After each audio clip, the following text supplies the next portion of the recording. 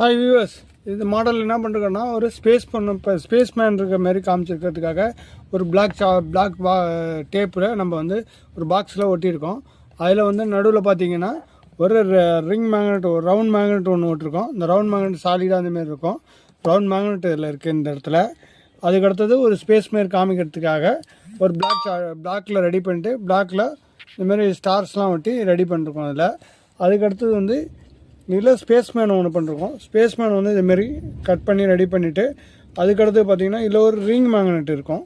இந்த ring magnet வந்து இந்தமாரி எடுத்து ஃபிக்ஸ் பண்ணக்கூடிய ரிங் மேக்னெட்டு. இந்த இதில் ரிங் இருக்கும். அந்த ரிங்கை வந்து இதில் செட் பண்ணிட போகிறோம்.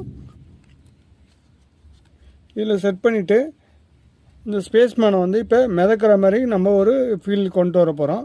அது எப்படி ஒர்க் ஆகும்னா, இந்த ரிங் மேக்னெட், ரவுண்ட் மேக்னெட்டை வந்து இருக்கும் போதே இந்த ரிங் மேக்னெட்டை வந்து ரிப்பிள் பண்ணும்போது என்ன ஆகும்னா, ஒன்றோட ஒன்று இந்த சப்போர்ட் இல்லாமல் அப்படியே மேலே அப்படியே மிதங்கிற மாதிரியே அப்படியே இது ஃபீலிங்காக இருக்கும். அது எப்படின்றத இப்போ இது இந்தாண்ட எடுத்துகிட்டு போனால் கீழே விழும். இங்கே எடுத்துகிட்டு போனோம்னா இது என்ன ஆகும்னா அப்படியே நிற்கும். இது வந்து மேக்னெட்டிக் ஃபோர்ஸஸில் ஒர்க் ஆகுது. இது மேக்னெட்டிக் ஃபோர்ஸ் இங்கே வந்து இருக்கிறதுனால, ஆப்போசிட் டைரெக்ஷனில் இருக்கிறனால இது வந்து ரிப்பிள் பண்ணிகிட்ருக்கோம்.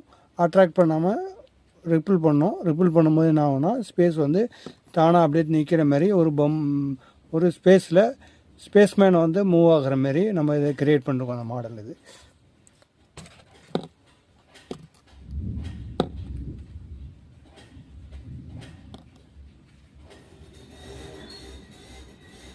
ஸ்பேஸ் மேன் வந்து மேலே மூவ் ஆகிற மாதிரி ஒரு மாடல் இது.